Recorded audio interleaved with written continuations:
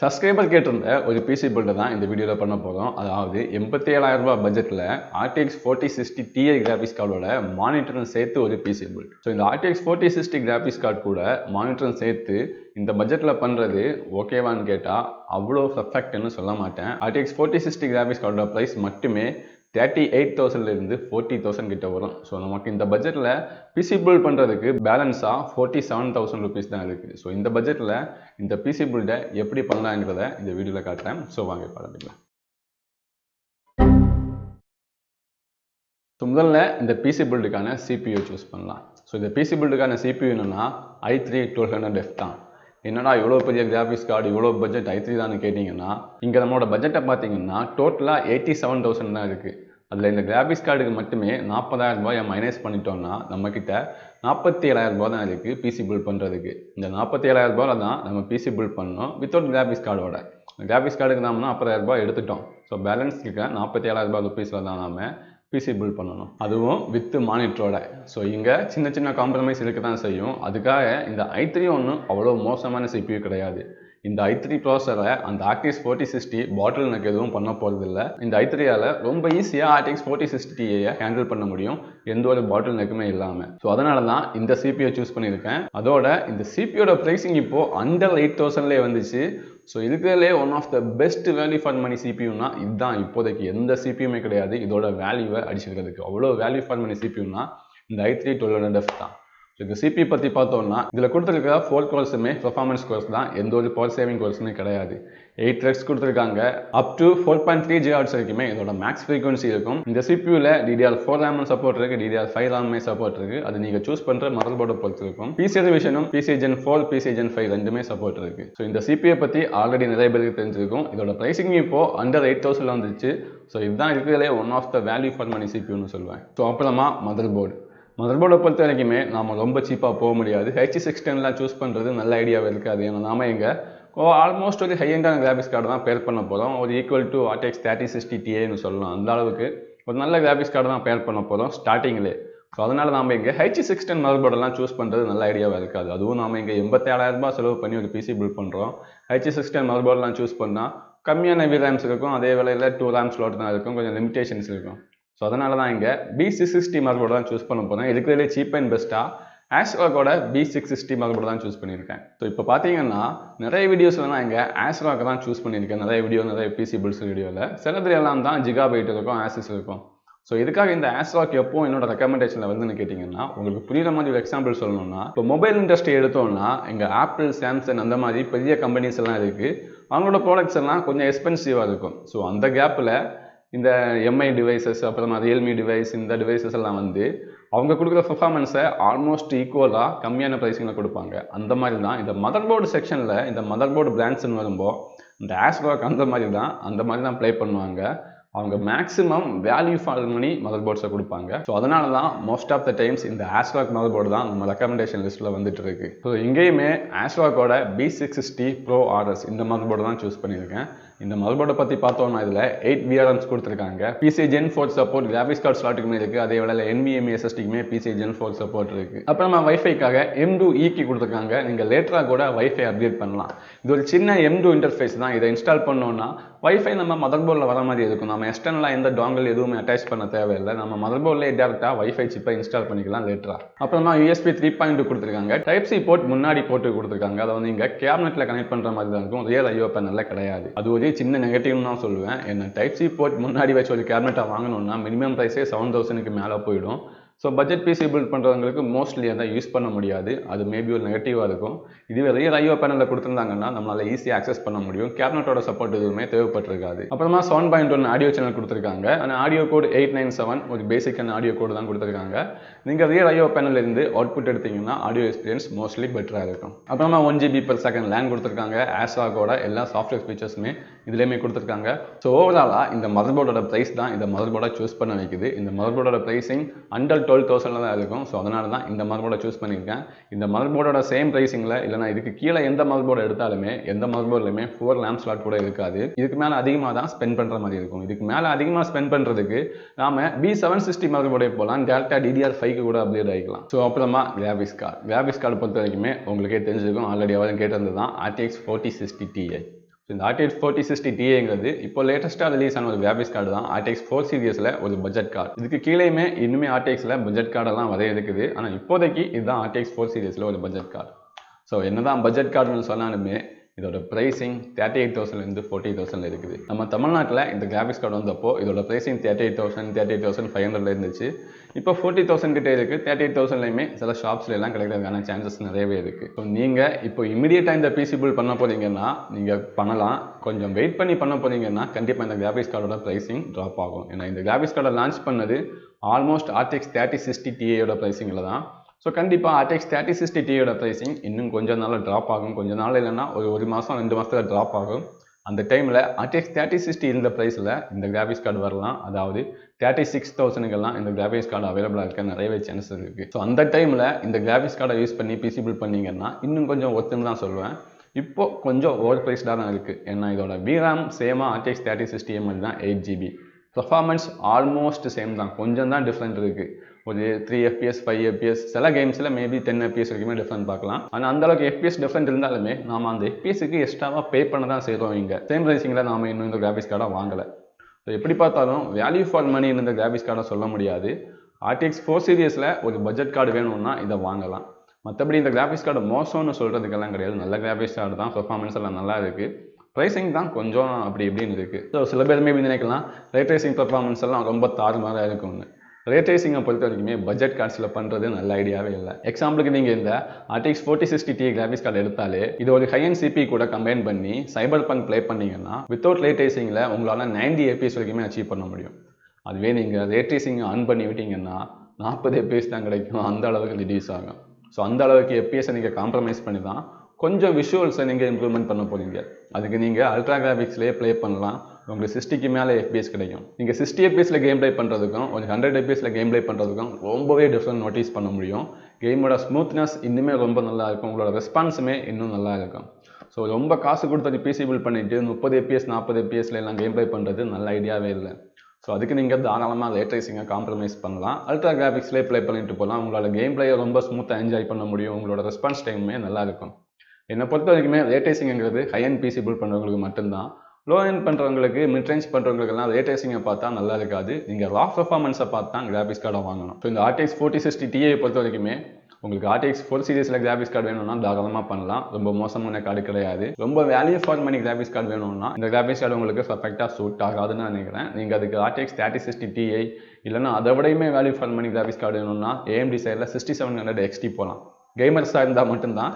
AMD பொறுத்த வரைக்குமே எடிட்டிங்கில் கொஞ்சம் மொக்கம் வாங்கும். ஸோ அப்புறமா இந்த பிசி பில்டுக்கான பவர் சப்ளை. ஸோ இந்த பிசி பில்டுக்கு பவர் சப்ளை நான் 650 வாட் தான் சஜஸ்ட் பண்ண போகிறேன். இது ஒரு மினிமம் ரெக்யர்மெண்ட் தான். ஒரு நார்மலான ரெக்யர்மெண்ட். இது ஓவர் ரெக்யர்மெண்ட் எல்லாம் கிடையாது. இதுதான் ஒரு நார்மல். இதுக்கு கீழே போக முடியாது. இதுக்கு மேலே நீங்கள் தாராளமாக போகலாம். நம்ம பட்ஜெட் ரொம்ப டேட்டானா 650 வாட் சஜஸ்ட் பண்ணியிருக்கேன். இல்லைனா 750 வாட் தான் கண்டிப்பாக போயிருப்பேன். ஸோ இங்கே தான் டீப்கூலோட PF 650 வாட் பவர் சப்ளை தான் சூஸ் பண்ணியிருக்கேன். இந்த பவர் சப்ளை ரொம்ப பேசிக்கெல்லாம் கிடையாது. இதுக்கு முன்னாடி போட்ட வீடியோவில் நான் ஒரு பவர் சப்ளை சூஸ் பண்ணியிருப்பேன். அண்ட் ஸ்போஸ் ரொம்ப பட்ஜெட் டைட்டானால நார்மலான ஒரு பவர் சப்ளைன்னு சொல்லியிருப்பேன். இந்த பவர் சப்ளை அவ்வளோ நார்மல் கிடையாது. இது ரொம்ப குவாலிட்டியான ஒரு டீசெண்டான பவர் சப்ளை தான். இதில் தேவைப்படுற மாதிரி எல்லா சேஃப்டி ஃபீச்சர்ஸுமே கொடுத்துருக்காங்க. Under what production, over what production, short circuit production, அந்த மாதிரி இந்த பவர் சப்ளைக்கு ப்ரொடக்ஷன்ஸுமே இருக்குது. அதே வேளையில் இதில் யூஸ் பண்ணியிருக்க கெப்பாசிட்டர்ஸ் அப்புறமா இந்த பவர் சப்ளையோட குவாலிட்டி கூட கொஞ்சம் நல்லா இருக்குது. மிட்ரேஞ்ச் பிசிக்கு எல்லாமே பெஸ்ட்டான ஒரு பவர் சப்ளை தான் இது. ஸோ ஓவராலாக இந்த பவர் சப்ளையோட ப்ரைஸிங் 4000க்கு கீழே தான் இருக்குது. அதனால தான் இந்த பவர் சப்ளை சூஸ் பண்ணியிருக்கேன். ஸோ இந்த பட்ஜெட்டில் இது ஒரு டீசெண்டான பவர் சப்ளை தான். ஸோ அப்புறமா கேபினெட். இந்த பிசி பில்டுக்கு எனக்கு உண்மையிலே ஒரு நல்ல கேபினெட் சூஸ் பண்ணணும்னு ரொம்ப ஆசை தான். லைக் XPG டிஃபெண்டர் மாதிரி ஒரு நல்ல கேபினெட். அந்த அளவுக்கு பட்ஜெட்டை எங்கே ஸ்ட்ரெச் பண்ண முடியாது. ஏன்னா நம்ம மானிட்டரும் சூஸ் பண்ணியாகணும் இருக்க பட்ஜெட்டில். அதனால நான் இந்த பிசி பில்டுக்கு கேபினெட் கேலக்ஸோட ரிவிஷன் 5 தான் சூஸ் பண்ணியிருக்கேன். ஸோ நீங்கள் ஒரு கேபினெட் வாங்கும்போது அதோட லுக்கை எந்த அளவுக்கு பார்க்குறீங்களோ அதே அளவுக்கு அதில் இருக்க ஃபெசிலிட்டிஸையுமே பாருங்கள்.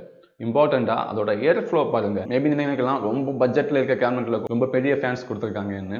அங்கே ஃபேன்ஸ் இருக்குன்னு தான். ஆனால் அது எந்த அளவுக்கு எஃபெக்டிவாக இருக்குங்கிறதையுமே செக் பண்ணி பாருங்கள். ஃபேன்ஸ் சும்மா சுற்றிட்டு இருக்கும். அந்த அளவுக்கு இன்டாக் எக்ஸாஸ்ட் எல்லாம் இருக்காது. ஸோ ஏர் ஃப்ளோங்கிறது ரொம்ப இம்பார்ட்டன்ட். எஸ்பெஷலி நீங்கள் நல்ல காம்பனன்ஸோட ஒரு பிசி பில்ட் பண்ணுறீங்கன்னா. அதுக்கப்புறமா கேபிள் மேனேஜ்மெண்ட் பண்ணுறதுக்குமே சரியான ஸ்பேஸ் இருக்கான்னு பாருங்கள். சரியாக கேபிள் மேனேஜ் பண்ண முடியலைன்னா உங்கள் பிசி பில்டே பார்க்குறதுக்கு அவ்வளோ டீசெண்டாக இருக்காது. நீங்கள் என்ன தான் காசு கொடுத்து பிசி பில்ட் பண்ணாலுமே. அதுக்கப்புறமா மூணாவது இம்பார்ட்டண்ட்டாக நீங்கள் குவாலிட்டியுமே கொஞ்சம் செக் பண்ணி பார்த்து வாங்குங்க. ஸோ என்னை பொறுத்த வரைக்குமே நான் ஒரு கேபினெட் வாங்குறேன்னா air flow, cable management, quality இந்த மூணையும் தான் ஃபஸ்ட்டு பார்ப்பேன். லுக் எல்லாமே அதுக்கப்புறமா தான் கொடுப்பேன். அதுக்கப்புறமா இருக்க ப்ரையாரிட்டி தான் லுக். ஸோ இந்த பில்டுக்கு தான் கேலக்ஸியோட ரிவிஷன் 5 சஜஸ்ட் பண்ணியிருக்கேன். இந்த கேபினெட்டை பொறுத்த வரைக்குமே இதில் 3 இன்டாக்ட் ஃபேன் முன்னாடி கொடுத்துருக்காங்க, பின்னாடி ஒரு எஸ்எஃப் ஃபேன் கொடுத்துருக்காங்க. முன்னாடி கொடுத்துருக்க எல்லா ஃபேன்ஸுமே ஏஆர்ஜிபி ஃபேன்ஸ் தான். இதை நாம அதிலே கொடுத்துருக்க பட்டனில் கூட கண்ட்ரோல் பண்ணலாம், இல்லைனா மதர் போர்டில் கனெக்ட் பண்ணி மதர் போர்ட் சாஃப்ட்வேரில் கூட கண்ட்ரோல் பண்ணிக்கலாம். முன்னாடி மெஷ் பேனல் கொடுத்துருக்காங்க, டாப்பில் மெஷ் பேனல் கொடுத்துருக்காங்க, பிஎஸ்சி ஷவுட் கொடுத்துருக்காங்க. கேபிள் மேனேஜ் பண்ணுறதுக்குமே ஓரளவுக்கு டீசெண்டான ஸ்பேஸ் இருக்குது. ரொம்ப பெட்டர் இல்லை, ஆனால் ஓரளவுக்கு நல்ல டீசெண்டான ஸ்பேஸ் இருக்குது. நம்மளால் கேபிள் மேனேஜ்மெண்ட் டீசெண்டாகவே பண்ண முடியும்.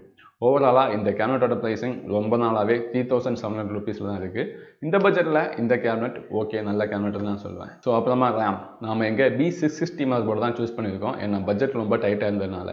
அதனால் நம்ம கண்டிப்பாக இங்கே DDR4 ரேம் தான் சூஸ் பண்ணியாகணும். இதுவே நம்ம B760 இல்லைனா SAT சீரியஸ் போயிருந்தா DDR5 ரேம் போயிருக்கலாம். DDR5 ரேமோட ப்ரைஸுமே இப்போ ட்ராப் ஆகிருக்கு.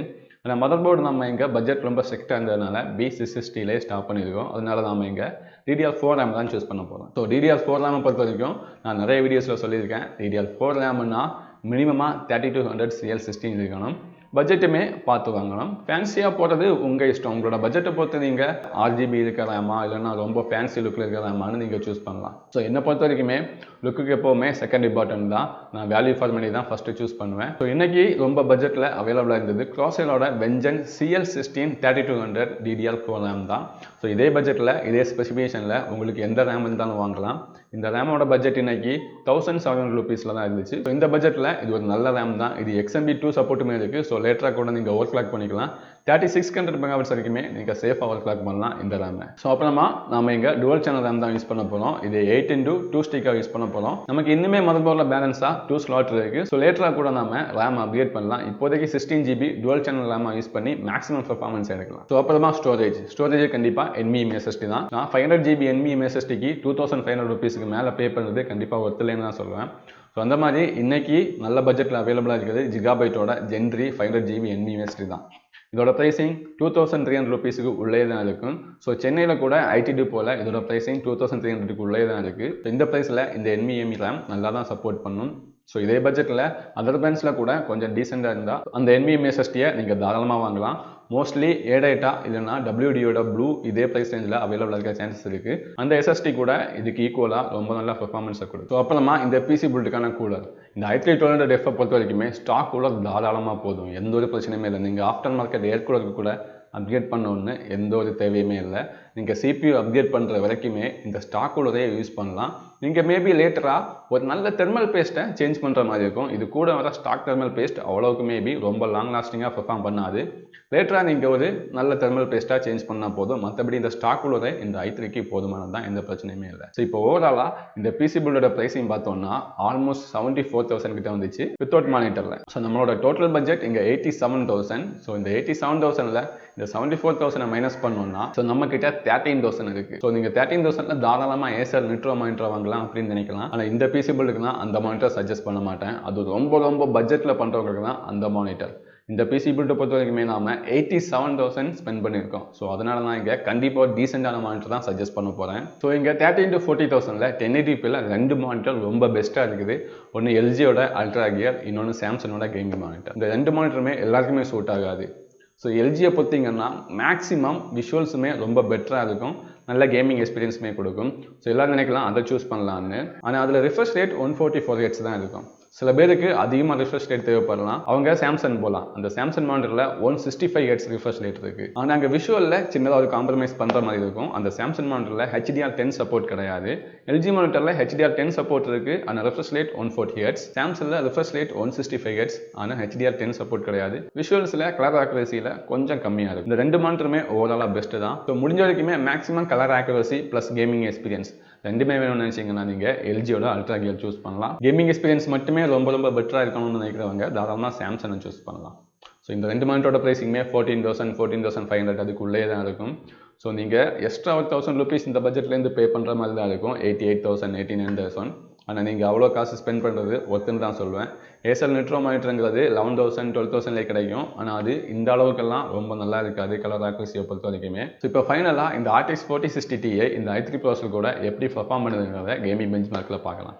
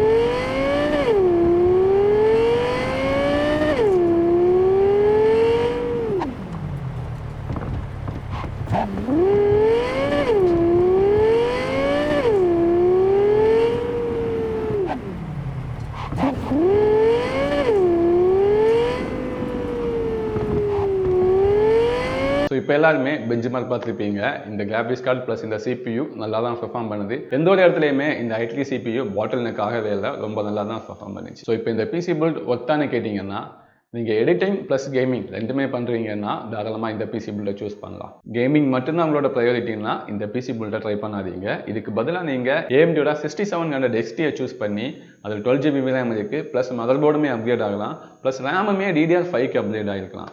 ஸோ அதனால் கேமிங் பண்ணுறவங்க இந்த PC பில்ட் ட்ரை பண்ணாதீங்க. எடிட்டிங் ப்ளஸ் கேமிங் பண்ணுறவங்க இந்த PC பில்டை பண்ணலாம். எடிட்டிங்க்கு இந்த RTX கிராஃபிக்ஸ் கார்டு ரொம்ப நல்லா பெர்ஃபார்ம் பண்ணும். ஸோ இந்த PC பில்ட் வீடியோ கண்டிப்பாக உங்களுக்கு பிடிச்சிருக்கும்னு நினைக்கிறேன். இந்த வீடியோ பிடிச்சிருந்தா இந்த வீடியோக்கு லைக் பண்ணுங்கள். என்னோட சேனலை மறக்காமல் சப்ஸ்கிரைப் பண்ணுங்கள். தேங்க்யூ.